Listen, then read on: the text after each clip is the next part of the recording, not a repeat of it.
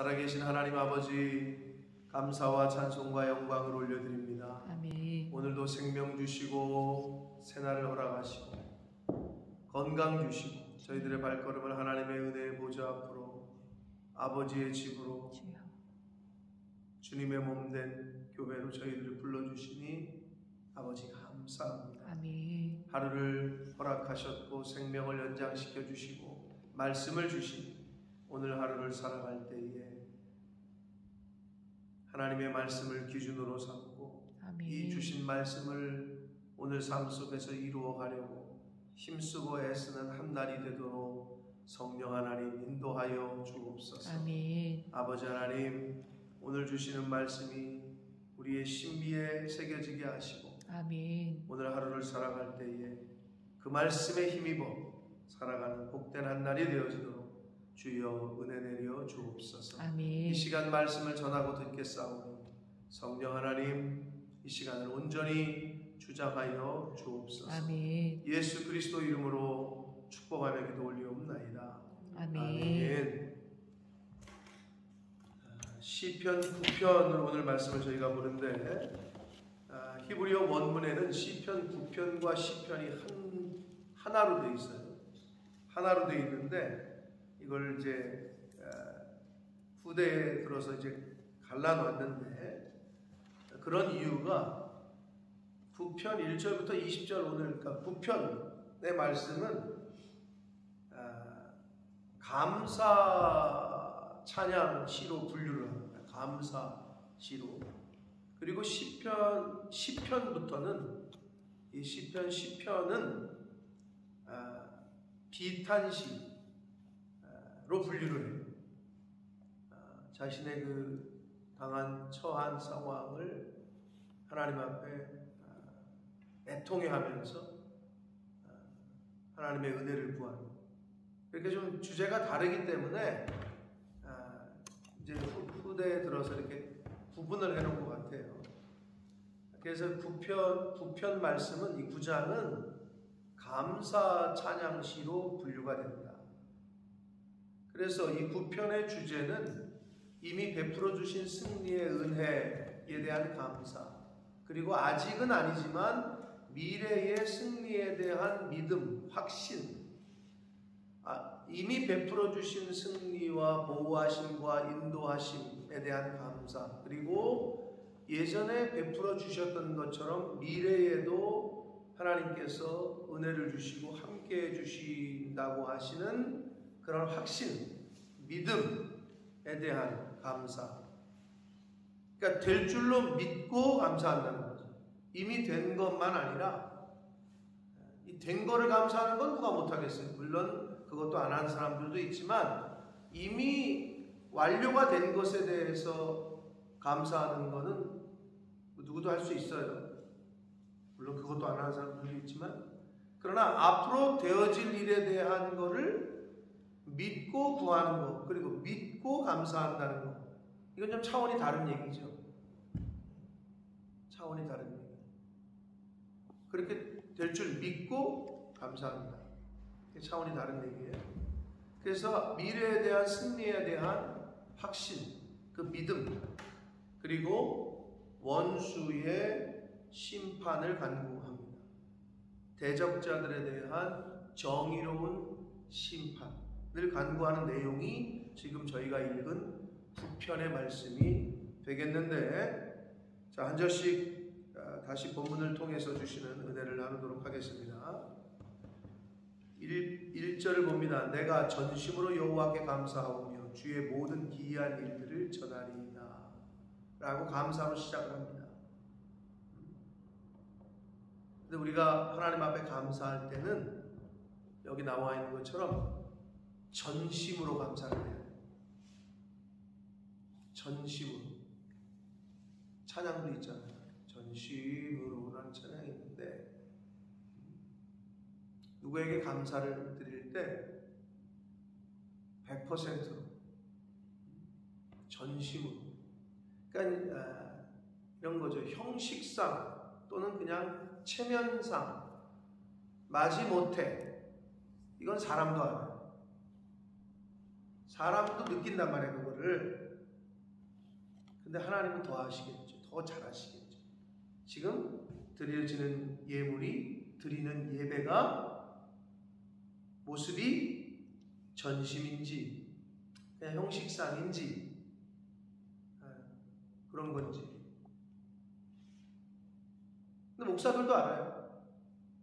나와서 예배드리는 태도를 보면 전심으로 예배를 드리는지 아니면 몸뚱아리만 나와 있는지 마음은 콩밭에 가 있는지 지금 무슨 생각을 하는지 아니 여러분도 느끼실 거란 말이에요. 집에 있는 자식이 진짜 맛있어서 맛있다고 하는 건지 아니면 그냥 네, 맛있어요 이렇게 하는 건지 다 안단 말이에요. 느껴지고. 하물며 하나님이시겠어요? 하나님을 속일 수가 없어요. 그러니까 내가 드리는 예물이 이게 전심으로 돼 있는 건지 아니면 얘가 형식상 하는 건지 인색함으로 하는 건지 마지못해 하는 건지 이건 안단 말이죠. 그러니까 하나님 앞에서 왜 그런 바보 같은 행동을 하냐. 그러니까 전심으로 최선으로 최상으로. 그럼 어떻게 하는 줄 알아요? 하나님도 최상으로 해주세요. 아멘. 네, 아멘이 나와야 되는 거예요. 그런 가정에 하나님이 최상으로 해주시죠. 하나님이 최상으로, 최선으로. 나는 최선을 안 하는데 하나님은 나에게 최상을. 그거 자체가 잘못된 신부 아니에요, 그죠? 나도 하나님이 1순위가 아닌데 하나님은 나에게 좀 내 자식에게 1순위로 해주십시오. 이거 자체가 웃기는 거잖아요. 그렇잖아요. 저와 여러분이 하나님이 첫 번째요. 전심으로 하나님을 경배하고 예배하고 섬기면 하나님께서도 그거에 상응한 왜? 하나님은 공의와 정의 하나님이기 때문에 네가 뿌린 대로 네가 행한 대로 그게 기준이에요. 하나님은 네가 행한 대로 네가 뿌린 대로 거둘 것이다. 받을 것이다. 라고 말씀을 하십니다. 그래서 여기서 다윗도 지금 전심으로 하나님께 감사한다 라고 말씀을 하면서 주의 모든 자신에게 베풀어 주셨던 기이한 일들 역사와 은혜를 전하겠다라고 고백합니다. 내가 주를 기뻐하고 즐거워하며 지존하신 주의 이름을 찬송하겠습니다 라고 말합니다. 하나님을 기뻐한대. 그러니까 여기서 주를 기뻐하고라고 그랬는데 우리 인간은 기뻐할 때 뭐가 기뻐요? 돈이 많으면 기쁜 거고 자식이 상 받아오면 기쁜 거고 그렇잖아요. 되어진 어떤 결과 장사가 잘 되면 기쁜 거고 그러니까 기쁨의 근원이 지금 우리 인간 세상에서 되어지는 일들 그러다 보니 기쁨의 근원이 환경이다 보니 기쁨의 근원이 내 남편이요 내 아내요 내 자식이다 보니 환경이 바뀌면 기쁨도 없어지고 남편이 잘 안 해주면 아내가 잘 안 해주면 기분이 바뀌어지고 자식 새끼가 똑바로 내 말 부모 마음대로 행동 안 하면 또 바뀌고 그러니까 맨날 바뀌는 거야. 항상 기뻐하라가 될 수가 없어. 근데 항상이라는 건 인간에게 있을 수가 없다고 여겨지죠. 왜? 인간 세상에서는 없어요. 이 세상에 변하지 않는 게 없기 때문에. 그러면 항구 여의라는 건 누구야? 하나님 한 분이시죠. 말씀이 1.1핵도 변하지 않는다 그랬잖아요. 그러니까 항상 기뻐할 수 있는 범사, 항상 감사할 수 있는 전제 조건은 뭐냐? 오직 하나님. 그러니까 하나님 한 분만으로 기뻐하고 하나님 때문에 감사하는 사람이 항상 기뻐하고 항상 감사할 수 있는 거지. 환경 때문에. 그러면 어떻게? 환경이 변하잖아? 그럼 나도 기쁨이 사라져. 사람 때문에. 그럼 어떻게 돼? 사람이 바뀌잖아? 잘해주다가 말 안 하고 이렇게 그러잖아? 그러면 또 나도 바뀌는 거죠. 그렇잖아요. 그러니 이제는 그렇게 하시지 말고. 저 사람이 나를 잘해주고 잘 안 대해주고 나는 기쁜 거야. 왜? 하나님 때문에, 여호와 때문에. 소양간에 소가 있건 소출이 없건 있건 상관이 없어. 그건 나에게 하나님 때문에. 할렐루야. 아멘. 그런 인생이 복된 인생이지. 언제까지 주변을 보면서 이것도 걱정이고 저것도 근심이고 이거는 왜 이렇게 안 열리고 소출이 적고 저거는 왜 새끼도 안 낳고 언제까지 그러고 살아? 여러분 그러고 살면 이 세상에서 별로 웃을 일이 별로 없어요. 응? 감사하고 기뻐할 일이 별로 없다고. 이 세상 것으로 인해서 산다면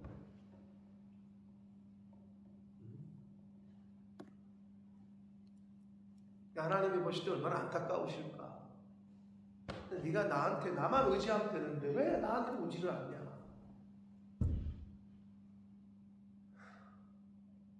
우리가 이제 새벽 예배를 드리는 영국교회도 당장 없잖아요. 새벽 모임이. 눈이 말씀드리지만 런던의 웨슬리 존 감리교회 창시자라고 할 수 있는 웨슬리 기념관이라고 할 수 있겠지.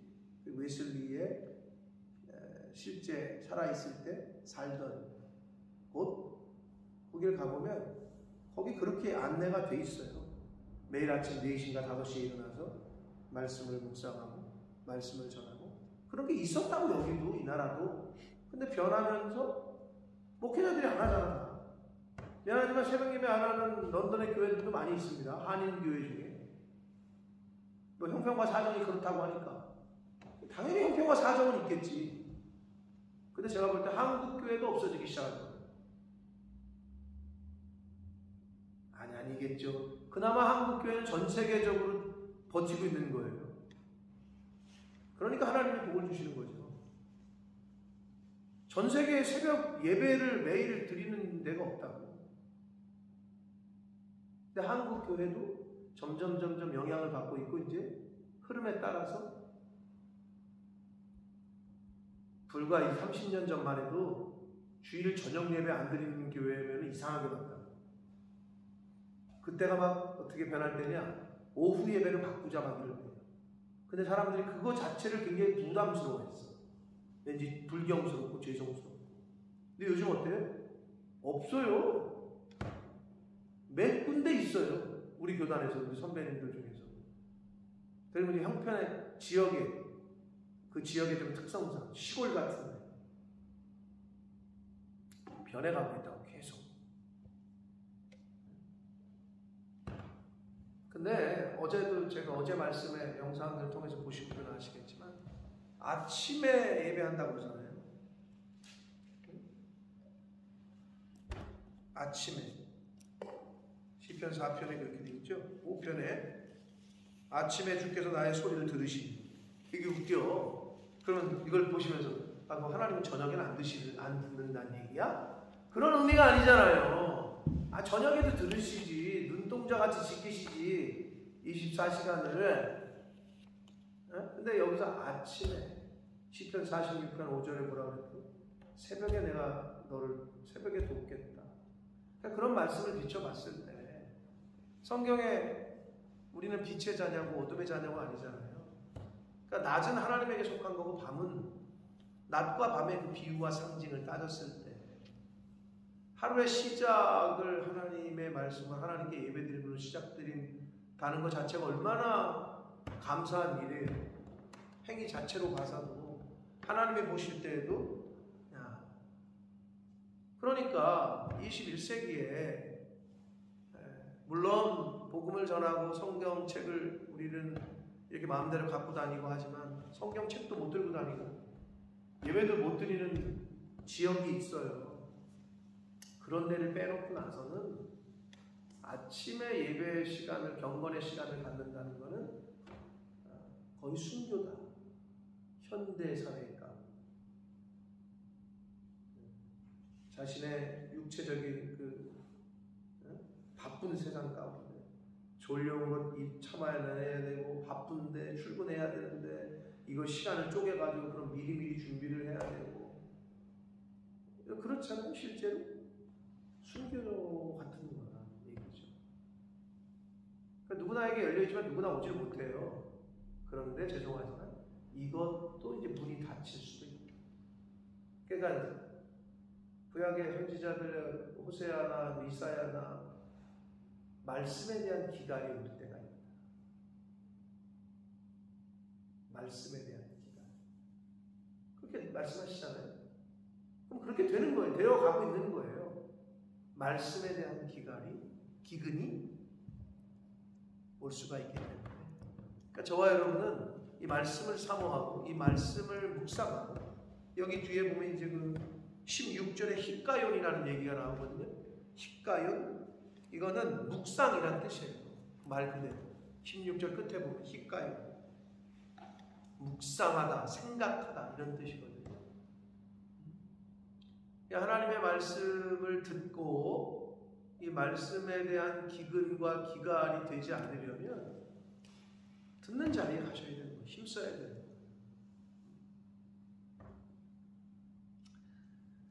자, 주를 기뻐한다. 우리가 환경이 아니라 사람이 아니라 하나님의 말씀을 기뻐하는 저와 여러분이 되어야 될 줄 믿습니다.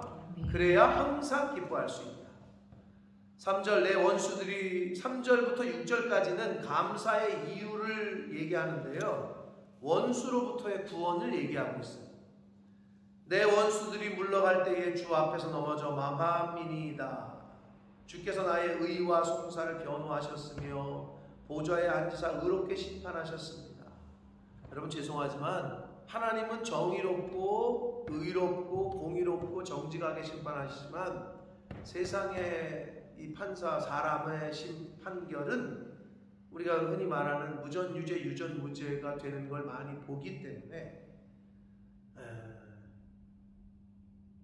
참 전도서의 말씀처럼 허무하고 이 세상이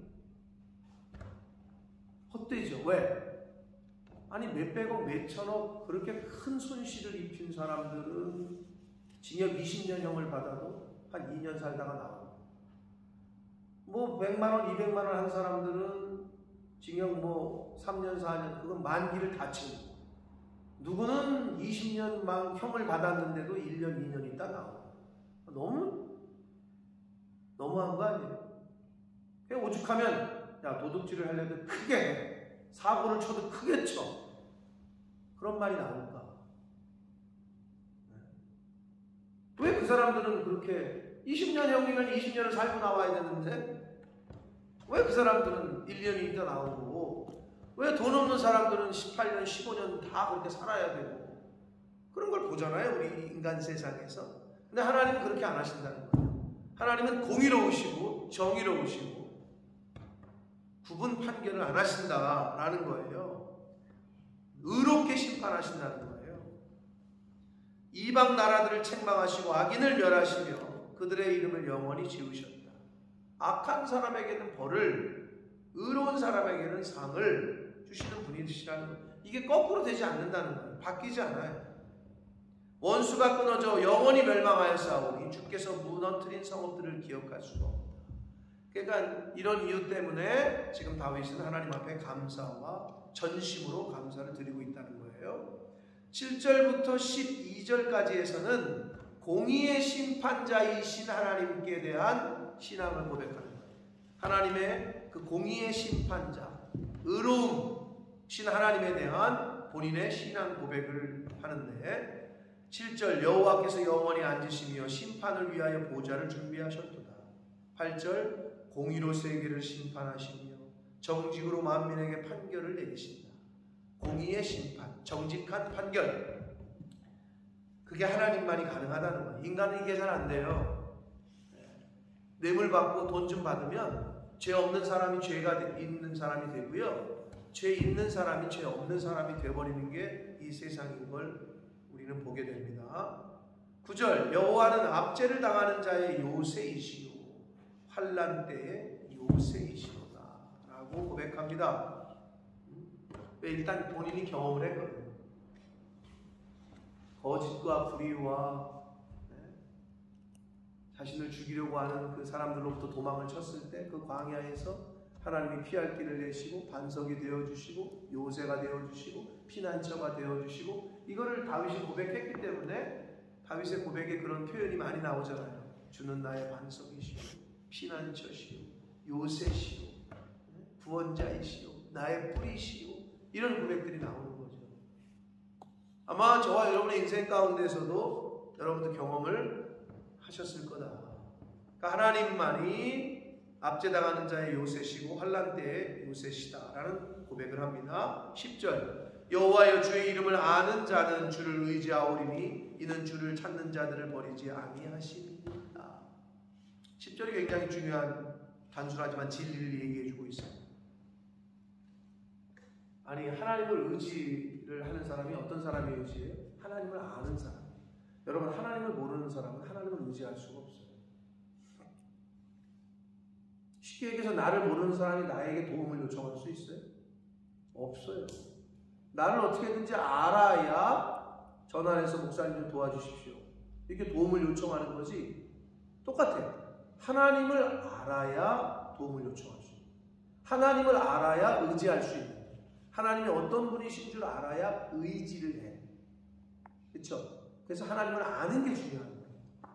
그래서 배워야 되는 거고 하나님이 어떤 분인지 알아야 되고 그래야 의지할 수 있고 하나님을 알아야 찾죠. 아니 주소를 알아야 찾아오지.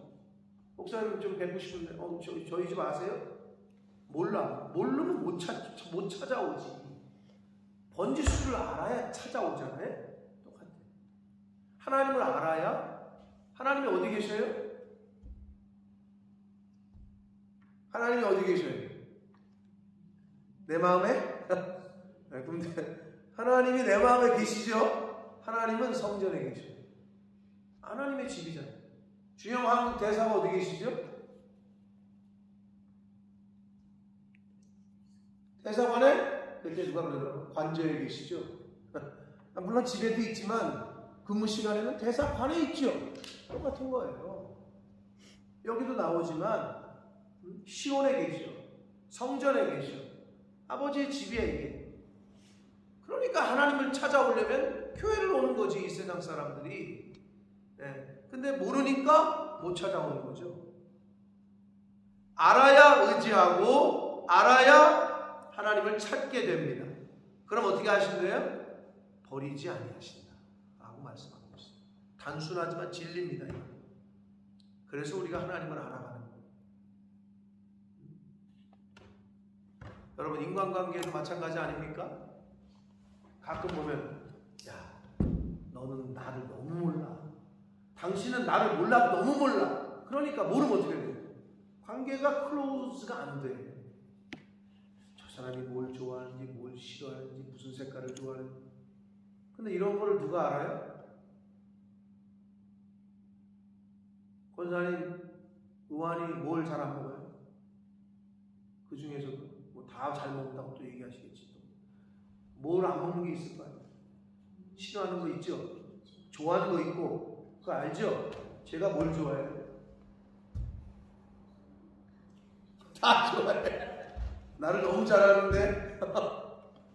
근데 권사님이 나를 잘 알겠어요? 제 아내가 나를 잘 알겠어요? 그렇죠? 근데 가끔 보면 아내보다도 목사를 더 잘하는 성도들이 있어요. 왜 그럴까? 어떨 때 그럴 수 있을까요, 집사님? 어떻게 그럴 수 있지? 더 관심을 갖는 거지. 더 마음을 쓰는 거지. 아, 목사님은 저럴 때 저런. 가끔 보면 내가 그걸 어디서 느꼈냐면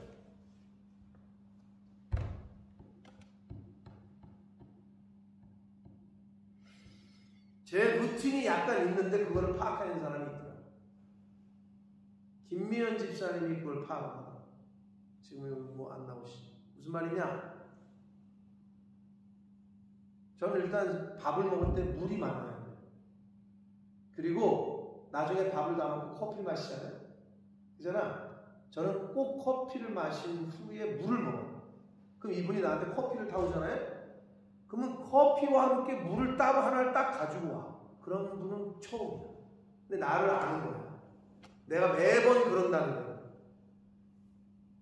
그래서 내가 깜짝 놀랐지. 내가 시킨 것도 아닌데 커피를 마실 때 항상 물을 따로 가지고 커피 한 잔, 물 한 잔 이렇게 가지고 있는 거지. 그러니까 내가 그렇게 한다는 거를 보신 것 같아요. 우리 집사람은 그렇게 안 해요. 물론 우리 집사람은 커피는 내가 타니까 그렇긴 한데 그게 무슨 말이냐? 하나님에 대한 관심과 사랑을 가질 때 그래야 알 수 있는 거예요.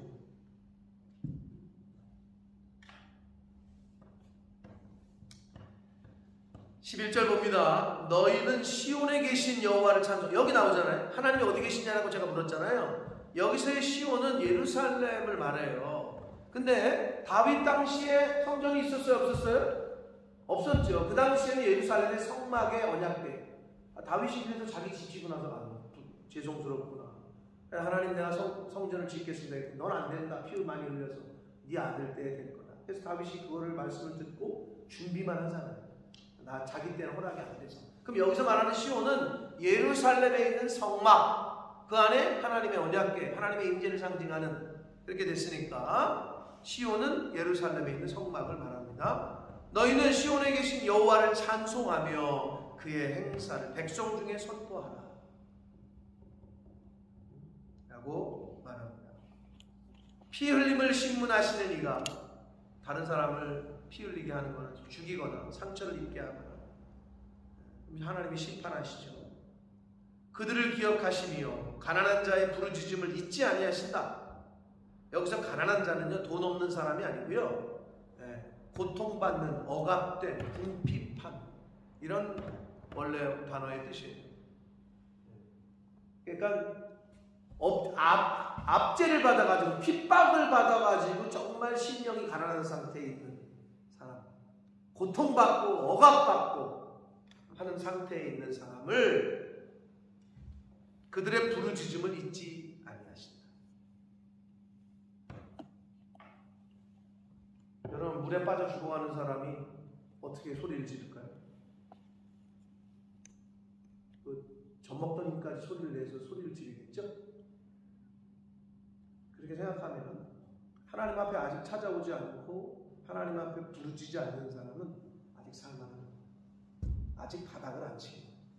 그건 정확합니다. 진짜 죽겠어 자기가. 그러면 하나님 앞에 부르짖지 않을 수가 없는 거죠. 자기가 진짜 죽겠어. 마지막이야 이제. 안 놓을 수가 없는 거죠. 근데 아직 살만합니다. 그러니까 부르짖지 않아요. 제가 말씀드리잖아요. 진짜 빠져 죽어가는 사람은요, 나 살리라고 막 난리를 쳐요. 진짜 죽겠으니까. 근데 아직 소리를 안 짓는다는 거는 살만합니다. 아직은 여유가 있는 거예요. 계속 물이 차도 아직은 버텨보는 거죠. 부르짖는 그 소리에 하나님께서 잊지 아니하시고 응답하신다라고 고백하고 있습니다.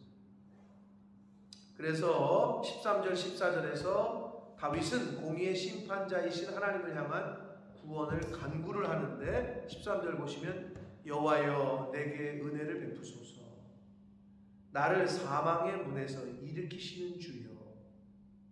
여러분, 사망의 문에서 일으키실 수 있는 분은 하나님 한 분이십니다. 아멘. 사람이 아니라, 사망의 문은 뭐 말 그대로 어떤 절박한 위험, 인생 가운데 만나는 어떤 큰 어려움, 위험, 역경, 고난, 이런 걸 말하죠. 그 상황에서 일으키실 수 있는 분은 하나님이시다. 나를 미워하는 자에게서 받는 나의 고통을 보십시오.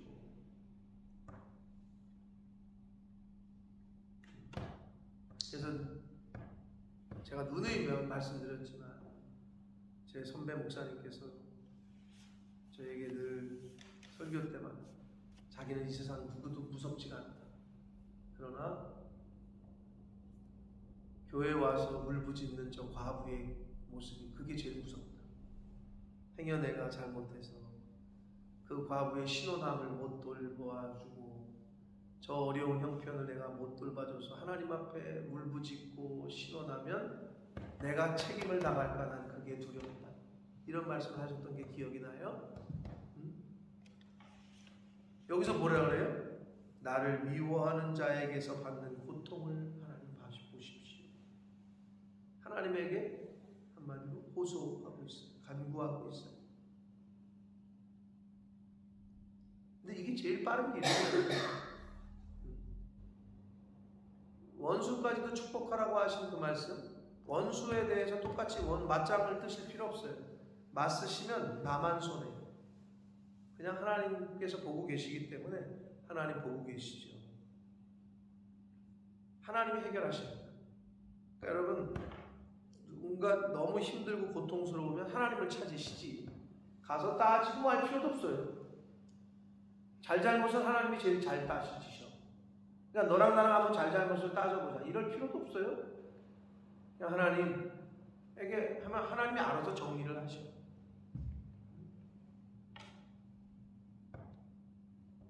14절 봅니다. 그리하시면 내가 주의 찬송을 다 전할 것이요 딸 시온의 문에서 주의 구원을 기뻐하겠습니다. 예루살렘을 그 여성형으로 쓰거든요.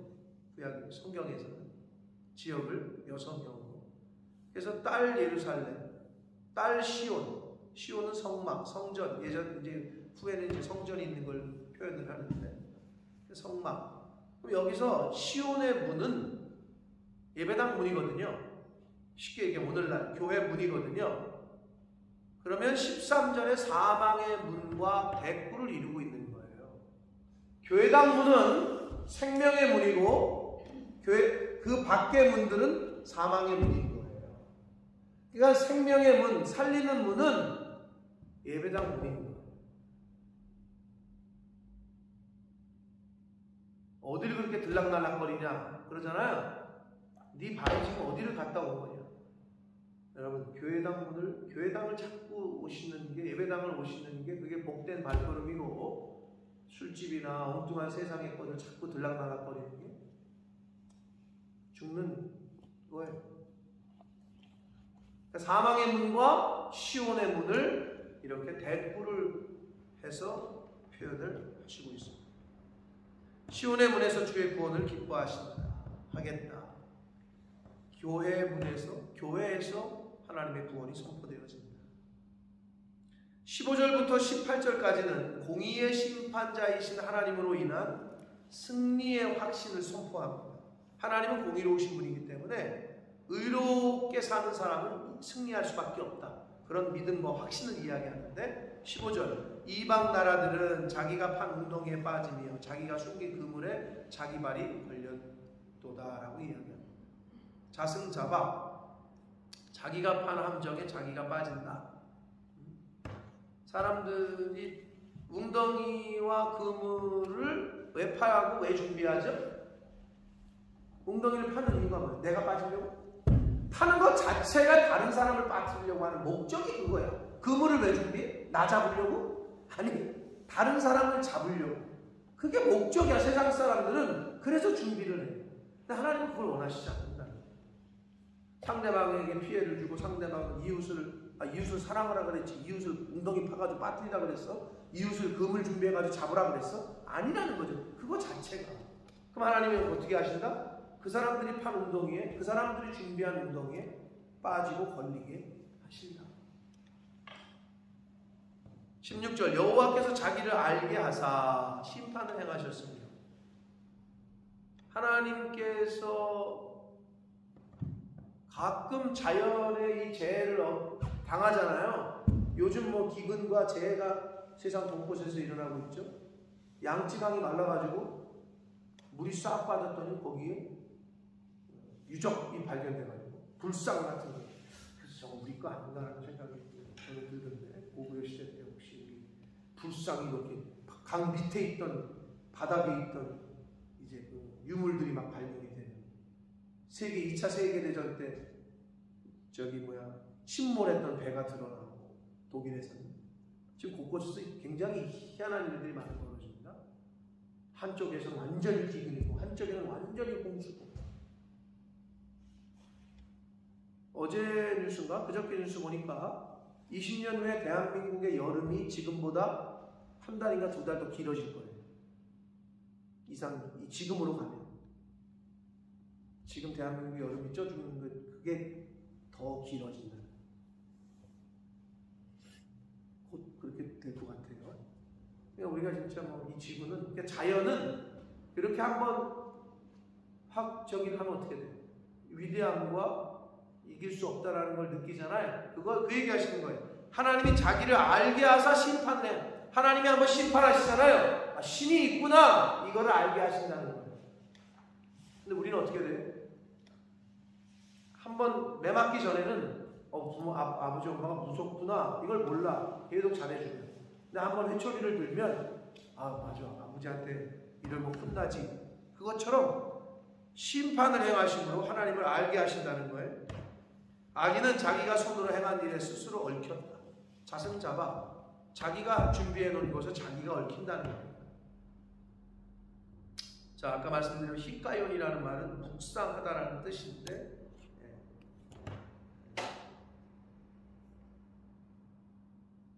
또는 반주하는 것. 이 셀라는 운율에 맞춰서 이렇게 하는 거, 노래할 때 그런 의미입니다. 17절 봅니다. 악인들이 수올로 돌아가며, 수올은 우리가 흔히 말하는 지옥 또는 하나님의 심판하는 장소, 이렇게 표현할 수 있겠고, 하나님을 잊어버린 모든 이방 나라들이 그리할 것이다. 하나님을 잊어버린, 이게 중요해요. 우리가 기억하라라는 말씀을 지난주에 주제로 주일에 말씀을 들었죠. 하나님을 잊어버린 이방 사람. 그럼 우리도 하나님을 잊어버리잖아요. 이방 사람들과 똑같이 됩니다. 하나님을 잊지 말아야 되는 거죠. 누가 남이에요? 여러분, 누가 남이야? 나를 모르는 사람이 남이지, 나를 잘 알고 있는 사람이 남은 아니잖아요. 하나님을 모르게 되잖아요. 이방 사람이에요. 잊어버리면 안 돼. 기억해야 되는 거죠. 궁핍한 자가 항상 잊어버림을 당하지 아니하며 가난한 자들이 영원히 실망하지 아니함이로다. 여기서 궁핍한 자와 가난한 자는 누구를 말하느냐? 여기서 궁핍해 가난한, 돈이 있고 없고를 얘기하는 게 아니라 악인들에게 부당한 억압을 받는 의로운 사람들을 뜻하는 거예요.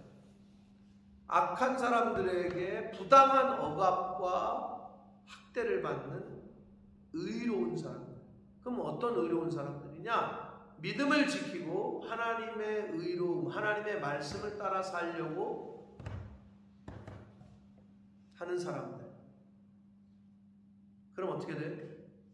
억압을 받는. 지금 이 세상에서도 마찬가지예요. 말씀대로 더 살려고 하면 애쓰면 애쓸수록 어려움이 와요.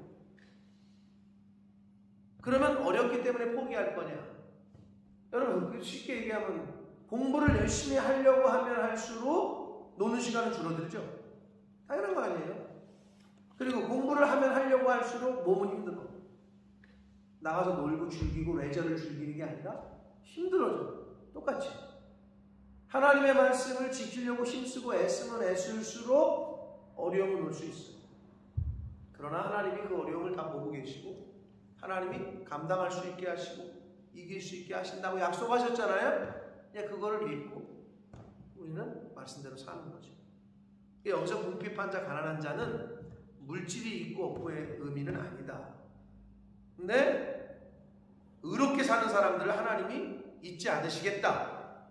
영원히 실망하지 않게 하시겠다 라고 약속하고 계십니다. 바로 그 말씀입니다. 마지막 19절 20절 두 절에서는 열방의 모든 원수들에 대한 최종 심판을 간구하는 내용이 나옵니다. 여호와여 일어나사 인생으로 승리를 얻지 못하게 하시고, 인생은 말 그대로 사람에 대한 대명사죠. 인간들, 특히 하나님을 따르지 않는, 인정하지 않는 그런 인간들은 승리를 얻지 못하게 하십시오. 이방 나라들이 주 앞에서 심판을 받게 하십시오 라고 간구하는 거예요. 20절 여호와여 그들을 두렵게 하시며 이방 나라들이 자기는 인생일 뿐인 줄을 알게 하소서. 사람일 뿐인 줄 아무리 권력이 많고 아무리 돈이 많아도 결국엔 죽는 인생인 것을 그들로 알게 해주십시오. 그러니까 하나님의 심판을 간구하고 있습니다. 자, 다윗의 그 마음이 담겨 있는 글을 우리가 본 거예요. 우리가 잘 알고 있는 그 다윗 왕의 그 글을. 그러나 우리가 이 글을 읽을 때 우리가 느끼고 있는 것, 우리가 경험한 것도 여기 다 사실 있단 말이에요. 그럼 우리는 오늘 이걸 통해서 뭘 어떻게 해야 돼요? 우리의 오늘 삶 가운데서 되어지는 일들 가운데 적용을 시켜야 되는 거죠. 누구 때문에 기뻐한다고? 자식 때문에? 사람들 자식 때문에 기뻐하기도 하고 또 그 자식 때문에 속썩기도 하죠. 누구 때문에? 남편 때문에, 아내 때문에 기쁨을 얻기도 하지만 속썩기도 하죠. 이렇게 양면이 다 있단 말이에요. 이 세상은 좋을 때가 있고 나쁠 때가 있고, 변하지 않는 것은 하나님 한 분이시기 때문에 항상 기뻐하라는 말 속에, 항상 감사하라는 말 속에는 너 나만 바라보고 나로 인해서 기뻐해야 되고 나로 인해서 감사하면 항상 감사, 항상 기쁨이 된다는 거죠. 근데 그게 안 되고